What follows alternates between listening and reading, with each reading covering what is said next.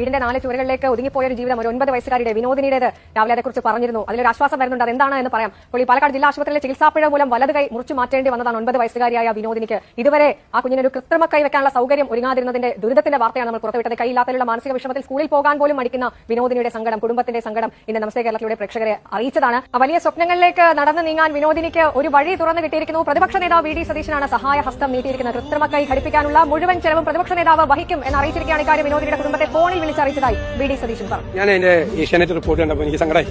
നല്ല മെഡിക്കൽ കുട്ടി ഡാൻസ് ചെയ്യുമായിരുന്നു, ചിത്രം വരയ്ക്കായിരുന്നു. ഇപ്പോൾ സ്കൂളിൽ പോകാൻ കൈ നഷ്ടപ്പെട്ടുകൊണ്ട് മാറി ചെയ്ത ബുദ്ധിമുട്ടാണ്, കൈ ഇല്ലാത്തതുകൊണ്ട് പോകാൻ മടിയാണെന്ന്. അപ്പൊ ഞാൻ കുട്ടിയുടെ അച്ഛനെ വിളിച്ചു ഏഷ്യാനെറ്റ് റിപ്പോർട്ട് കണ്ടപ്പോഴാണ് ആ കൈ കൊടുക്കാന്ന്. അപ്പൊ അവിടെ തന്നെ ആ ജില്ലയിൽ തന്നെ ഏറ്റവും നന്നായിട്ട് പ്രൊഫഷണലായിട്ട് ഇത് ചെയ്യുന്ന സ്ഥലത്ത് ഇന്ന് തന്നെ അറേഞ്ച് ചെയ്ത് നാളെ പോയി ആ കുട്ടി അളവ് കൊടുത്ത് എത്രയും പെട്ടെന്ന് ആ കൈ കൊടുക്കും, അതിനാവശ്യമായിട്ടുള്ള പണം കൊടുക്കാം എന്ന് ഞാൻ പറഞ്ഞു.